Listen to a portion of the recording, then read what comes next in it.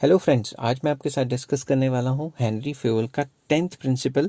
इससे पहले वाले प्रिंसिपल्स के जो लिंक है वो डिस्क्रिप्शन में आपको मिल जाएंगे और पूरी की पूरी प्लेलिस्ट का लिंक भी डिस्क्रिप्शन में मिल जाएगा। तो चलिए शुरू करते हैं। 10th प्रिंसिपल है प्रिंसिपल ऑफ ऑर्डर। ऑर्डर का मतलब है जो कि मैन और मटेरियल, जो भी एम्प्लॉयज़ हैं और जो भी मटेरियल या रॉ मटेरियल या फिर कोई मशीन वगैरह, उनका प्रॉपर ऑर्डर होना चाहिए। मतलब हर एक चीज़ की एक पर्टिकुलर प्लेस होनी चाहिए कंपनी में। फॉर एग्जांपल, आप किसी कॉलेज में जाते हैं या यूनिवर्सिटी में जाते हैं, हर एक डिपार्टमेंट एक पर्टिकुलर जगह होता है, ताकि अगर आपने पर्टिकुलर टीचर को ढूंढना है या पर्टिकुलर चीज़ को देखना है तो आप सीधा वहीं पे जाएं, आपको इधर उधर खज्जल खुआर या फिर इधर उधर भटकना ना पड़े। फॉर एग्जाम्पल, एक और एग्जाम्पल लेता हूँ। जब भी किसी फैक्ट्री या किसी शॉप पे जाते हैं आप, तो पर्टिकुलर सामान पर्टिकुलर जगह पे पड़ा होता है ताकि आपको ढूंढना ना पड़े।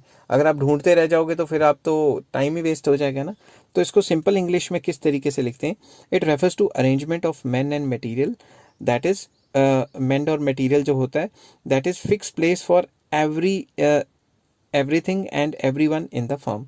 जो कंपनी है उसकी उसके अंदर, कंपनी के अंदर या ऑर्गेनाइजेशन के अंदर, हर एक इंसान या हर एक जो मटेरियल है उसकी एक फिक्स जगह होनी चाहिए। ठीक है, जैसे कंपनी में कंप्यूटर डिपार्टमेंट है, ठीक है ना, वो एक जगह होना चाहिए। इलेक्ट्रिसिटी डिपार्टमेंट है, वो एक जगह होना चाहिए। ये ना हो इलेक्ट्रिशियन को ढूंढते फिर रहे हैं और पूरा दिन ही निकल गया, पता ही नहीं वो कहाँ बैठा हुआ है।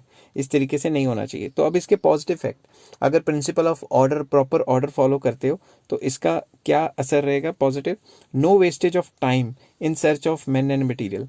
इंसान को और चीज़ों को ढूंढने में टाइम वेस्ट नहीं होगा। अगर इन्हीं को ढूंढते रहेंगे तो कंपनी में काम कब चलेगा? Number 2, smooth and systematic working of organisation. जो ऑर्गेनाइजेशन है उसका काम काफ़ी स्मूथ हो जाता है, अच्छे से चलता है।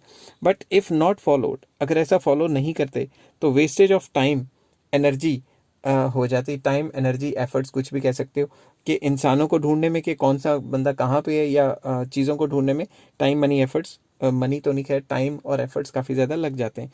और टाइम भी तो मनी है, तो एक टाइप का पैसा ही वेस्ट हुआ।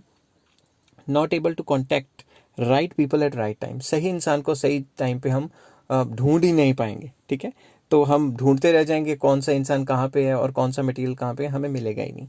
आई होप ये सारी चीज़ें आपको समझ आ रही होंगी। अगर ये सारी चीज़ें आपको समझ आ रही हैं तो please like, share and subscribe. Take care, have a nice day.